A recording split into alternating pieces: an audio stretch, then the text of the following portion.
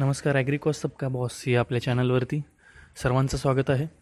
मित्रांनो, आज आपण विषय वाईज सर्व प्रकारचा सिलेबस कव्हर करण्याचा प्रयत्न करणार आहोत. तर आज महाराष्ट्राबद्दल आणि महाराष्ट्राची भौगोलिक परिस्थिती काय आहे, तर भूगोलचं आज आपण पहिले लेक्चर घेणार आहोत. तर त्याच्यामध्ये कोणकोणते घटक अंतर्भूत असतील, तर महाराष्ट्राची भौगोलिक परिस्थिती बघायची आहे आपल्याला.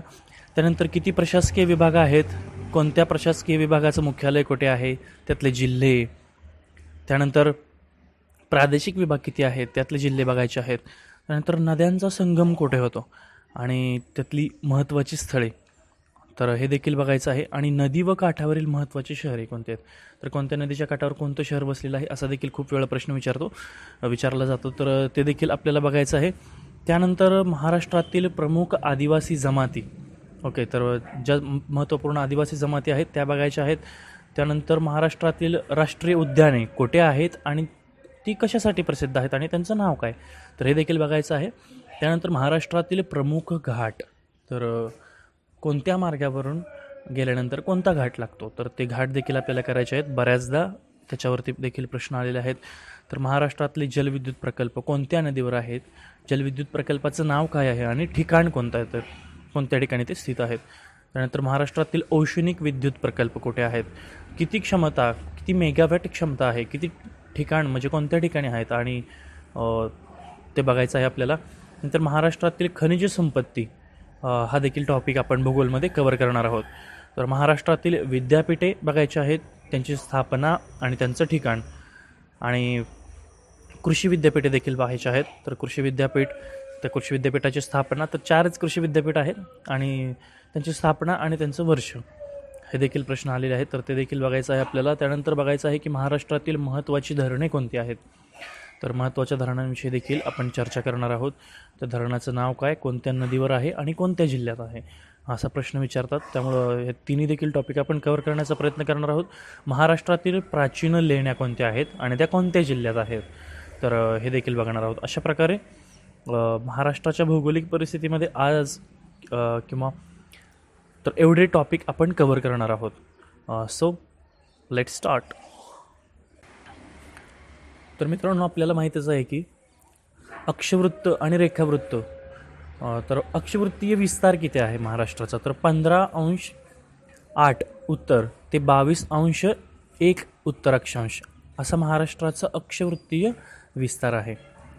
तर आपण उत्तर गोलार्धात आहोत, त्यामुळं अक्षवृत्तीय विस्तार आपला उत्तर असा असेल आणि रेखावृत्ती आपली पूर्व गोलार्धात आहेत, उत्तर पूर्व गोलार्धात अशी आहेत. त्यामुळं रेखावृत्तीय जो विस्तार आहे तो आहे 72.6 पूर्व ते 80.9 पूर्व रेखांश.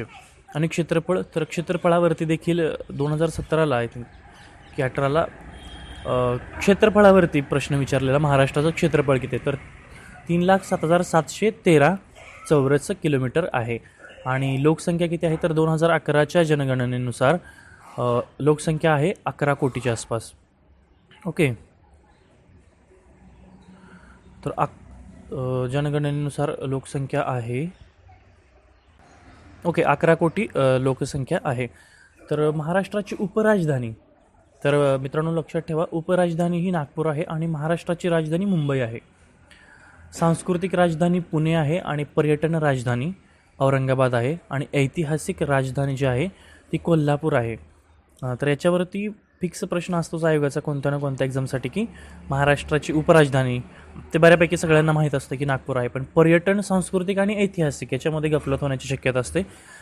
कधी कधी जास्त अभ्यास झाला की असे सोपे प्रश्न आपण चुकत असतो. त्यामुळे हे चांगलं लक्षात ठेवा की पर्यटन राजधानी औरंगाबाद येथे स्थित आहे आणि सांस्कृतिक राजधानी पुण्याला आहे आणि ऐतिहासिक राजधानी कुठे आहे, तर कोल्हापूरला आहे.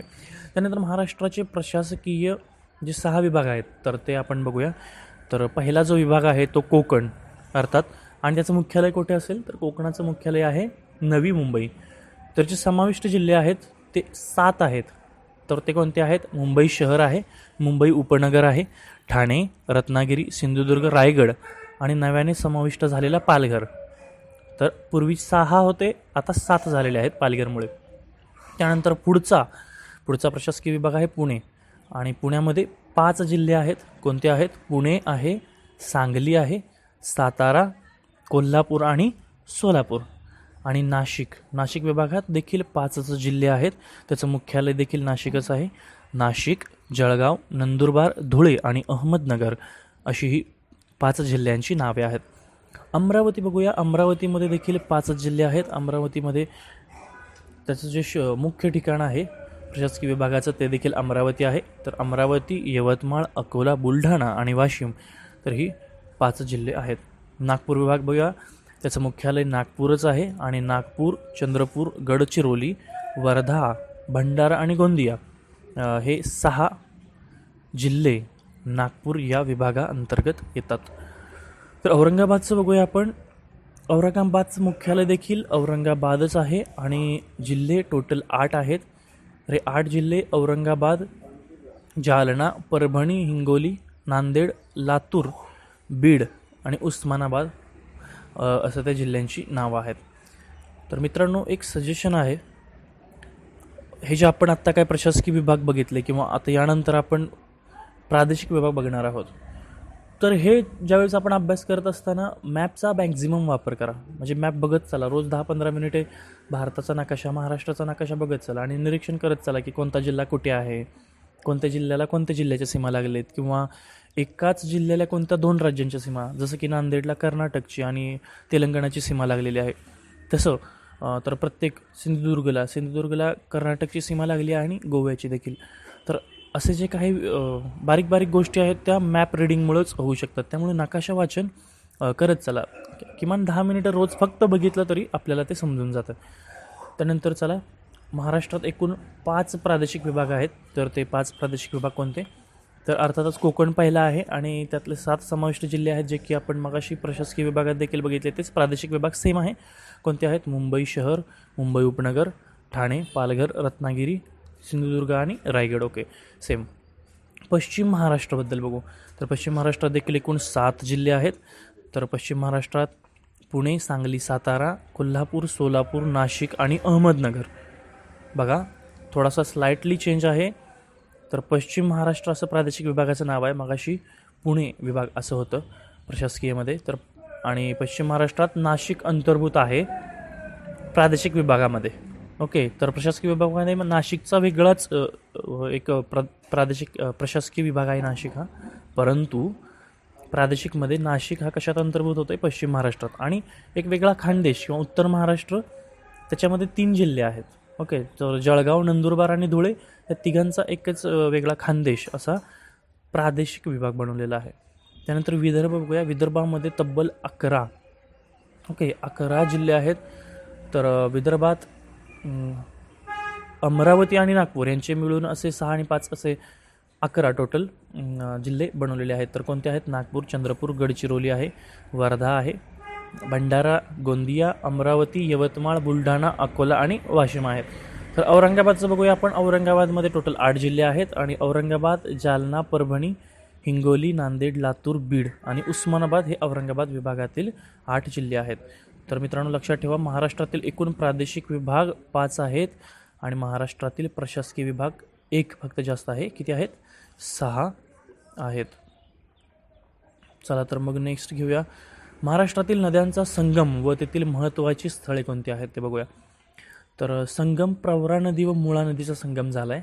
तो जो संगम झाला आहे त्या प्रसिद्ध ठिकाणाचं नाव आहे नेवासे आणि ते अहमदनगरला स्थित आहे. बघा, प्रवरा आणि मुळा यांचा संगम नेवासे, अहमदनगरला.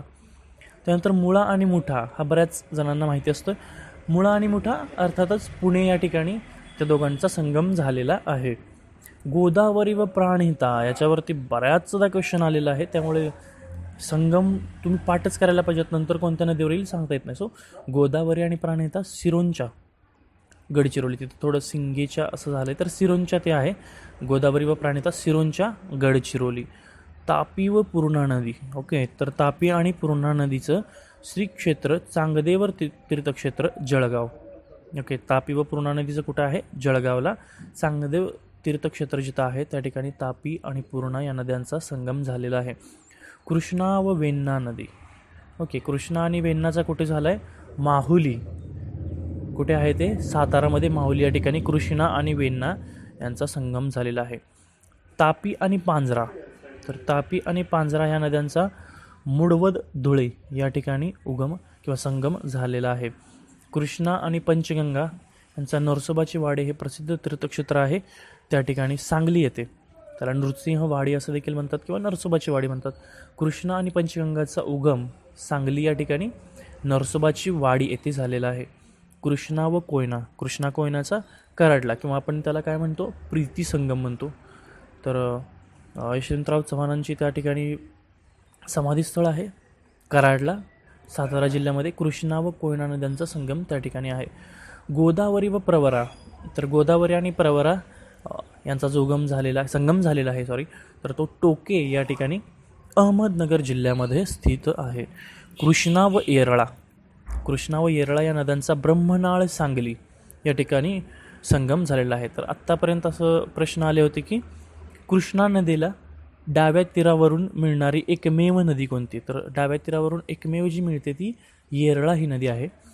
तर आता असा प्रश्न होऊ शकतो की येरळाचा आणि कृष्णाचा संगम कोणत्या ठिकाणी झाला आहे, तर ब्रह्मनाळ लक्षात ठेवा. त्यानंतर नदी व काठावरील महत्त्वाची शहरे कोणती आहेत ते आपण बघूया. तर मुळा व मुठा ह्या नद्यांच्या ज्या आहेत तिथं आपण आत्ताच बघितलं की संगम पुण्यात झाला आहे, त्यामुळं त्यांच्या जे काठावर वसलेलं शहर आहे ते देखील पुणे आहे. इंद्रायणी नदी, अर्थात महाराष्ट्रात सर्वांनाच परिचित असावी, देहू व आळंदी ही जी 2 गावे आहेत ती वसलेली आहेत पुण्यात. त्यानंतर प्रवरा नदीवरती कोणतं शहर वसलं, तर प्रवराच्या काठावर जे वसलेलं शहर आहे ते संगमनेर आहे. कयाधू नदीच्या काठावर वसलेलं शहर हिंगोली आहे. सीना आहे, तर सीना या नदीच्या काठावरती अहमदनगर आहे. पांझरा नदीच्या काठावरती धुळे आहे. वाशिष्ठी नदी चिपळूण येथे आहे, तर चिपळूण त्या ठिकाणी वसलेलं आहे. सिंदपणा कुठे आहे, माजलगाव बीड हे शहर वसलेलं आहे. दुसरे एक सर्वांना परिचित असं चंद्रभागा किंवा भीमा असं आपण म्हणतो ती नदी पंढरपूर हे त्या नदीच्या काठावरती वसलेलं आहे. पंचगंगा, 5 गंगांची किंवा 5 नद्यांची मिळून जी नदी तयार झाली त्या नदीला पंचगंगा म्हणतात. तर पंचगंगेच्या काठावर वसलेलं शहर आहे कोल्हापूर. धाम नदी आहे, पावनार वर्धा हे शहर त्या ठिकाणी वसलेलं आहे. तापी नदीवरती भुसावळ शहर वसलेलं आहे आणि बिंदुसरा नदीवरती बीड शहर हे वसलेलं आहे. नाग नदी आहे, तर नागपूर शहर वसलेलं आहे, त्याच्यावरूनच नागपूर असं नाव पडलं. गोदावरी नदी, तर गोदावरी नदीच्या काठावरती जवळजवळ 4 ते 5 जे शहर वसलेले आहेत त्यापैकी पहिलं आहे नाशिक, त्यानंतर नांदेड, पैठण, कोपरगाव आणि गंगाखेड. मी परत रिपीट करतोय, गोदावरी नदीच्या काठावर वसलेली कोणती शहरे आहेत, तर नाशिक आहे, नांदेड आहे, पैठण, कोपरगाव आणि गंगाखेड. तर आता कृष्णा नदीचं बघूया. कृष्णा नदी च्या काठावर वसलेली शहरं आहेत सांगली, मिरज काय जवळजवळच आहे. सो सांगली मिरज येते. त्यानंतर साताऱ्यातील कराड आणि वाई, तर परत सांगली जिल्ह्यातीलच नरसोबाची वाडी. सो कृष्णा नदीच्या काठावर कोण कोण आहे, सांगली, मिरज, कराड, वाई, नरसोबाची वाडी इत्यादी. आणि इरई ही नदीची आहे चंद्रपूर येथे स्थित आहे, तर चंद्रपूर हे शहर तिच्या काठावर वसलेलं आहे. तर महाराष्ट्रातील प्रमुख आदिवासी जमाती बघूया आपण. तर प्रमुख आदिवासी जमाती पहिली आहे गोंड आणि जिल्हा आहे चंद्रपूर, गडचिरोली आणि नांदेड. तर गोंड जी जमात आहे ती कुठं स्थित आहे, कोणत्या जिल्ह्यात, तर पहिला आहे तो जिल्हा चंद्रपूर आहे, त्यानंतर गडचिरोली आहे आणि नांदेड. ह्या 3 जिल्ह्यामध्ये गोंड ही जमात आढळते. भिल्ल जमात कुठे आढळते, तर सातपुडा रांगांमध्ये भिल्ल जमात आढळते असं म्हणतात. तर कुठे कुठे सातपुडा रांगा कोणत्या बाजूला आहेत, तर उत्तरेकडे असतातच महाराष्ट्राच्या. तर महाराष्ट्राच्या उत्तरेकडे जिल्हे कोणते आहेत, धुळे, जळगाव आणि नंदुरबार आहेत. पण एक्सेप्शनल केस नांदेड देखील भिल्ल जमाती नांदेडमध्ये देखील आहेत. तर सातपुडा सोडून खाली इकडं दक्षिणेकडे नांदेडमध्ये देखील भिल्ल जमाती आहेत. कोकणा ह्या जमाती नाशिक व धुळे या ठिकाणी आहेत. कोरकू ही जमात आहे, या ठिकाणी कोक्कू झालं आहे, तर कोरकू आहे. कोरकू जमात कुठे आहे, अमरावती जिल्ह्यातील मेळघाट प्रदेश व ठाणे. तर अमरावती जिल्ह्यात मेळघाट जो आहे आणि इकडं ठाणे या ठिकाणी आहेत. वारली, आपल्याला माहीत आहे वारली पेंटिंग जगप्रसिद्ध आहेत, तर हे वारली पेंटिंग ठाणे या ठिकाणी आहेत. त्यानंतर ठाकर किंवा महादेव कोळी ह्याच्या जमाती आहेत त्या कुठे आहेत, पुणे, अहमदनगर, नाशिक, ठाणे व रायगड. सो मित्रांनो, आता आपण एक 4-5 टॉपिकवरती डिस्कशन केलेलं आहे. यानंतर पुढचा व्हिडिओ बनवला जाईल. तर पुढच्या व्हिडिओमध्ये काय काय अंतर्भूत असेल एकदा बघा. महाराष्ट्रातील राष्ट्रीय उद्याने, त्यांची ती कुठे आहेत उद्याने, त्यांचं नाव काय, त्यांचं ठिकाण आणि ती कशासाठी प्रसिद्ध आहेत, हा पुढचा टॉपिक असेल. त्यानंतर महाराष्ट्रातले प्रमुख घाट, तर त्या घाटाचं नाव काय असेल आणि तो घाट कुठून जातो किंवा तो मार्ग कोणता आहे. फॉर एक्झाम्पल थळ किंवा कसारा घाट आपण म्हणतो की मुंबई आणि नाशिक ह्या मार्गावरून जातो. तर अशा आपल्याला महाराष्ट्रातील प्रमुख सगळे घाट बघायचे आहेत. दुसरी गोष्ट, महाराष्ट्रातले जलविद्युत प्रकल्प जे आहेत, तर ते जलविद्युत प्रकल्प, त्या जलविद्युत प्रकल्पाचं नाव, त्याचं ठिकाण आणि कोणत्या नदीवर तो जलविद्युत प्रकल्प झालेला आहे हे आपल्याला बघायचं आहे. त्यानंतर पुढचा टॉपिक बघायचा आहे की महाराष्ट्रातील औष्णिक विद्युत प्रकल्प ते स्थित आहे, त्या प्रकल्पाचं नाव काय आहे आणि किती मेगावॅट क्षमतेचे ते प्रकल्प आहेत हे देखील बघायचं आहे. त्यानंतर आपला पुढचा पॉईंट असेल महाराष्ट्रातील खनिज संपत्ती. तर खनिज संपत्तीवरती फिक्स एक क्वेश्चन असतोच, कंबाईन असो किंवा इतर कोणतीही राज्यसेवेची एक्झाम असो किंवा इतर कोणत्याही क्लास 3 वगैरेच्या एक्झाम असू देत. तर महाराष्ट्रातील खनिज संपत्ती बघायचं आहे. कोणतं खनिज कोणत्या जिल्ह्यामध्ये प्रामुख्याने आढळतं. त्यानंतर महाराष्ट्रातील विद्यापीठे, तर विद्यापीठांवरती देखील प्रश्न विचारलेले आहेत त्याच्या आधी. तर विद्यापीठाचं नाव, त्याची स्थापना कधी झाली आणि त्याचं ठिकाण कोणतं आहे, तर ते देखील बघायचं आहे. त्यानंतर कृषी विद्यापीठे जी काही 4 आहेत त्यांची स्थापना आणि त्यांचं ठिकाण आपल्याला बघायचं आहे.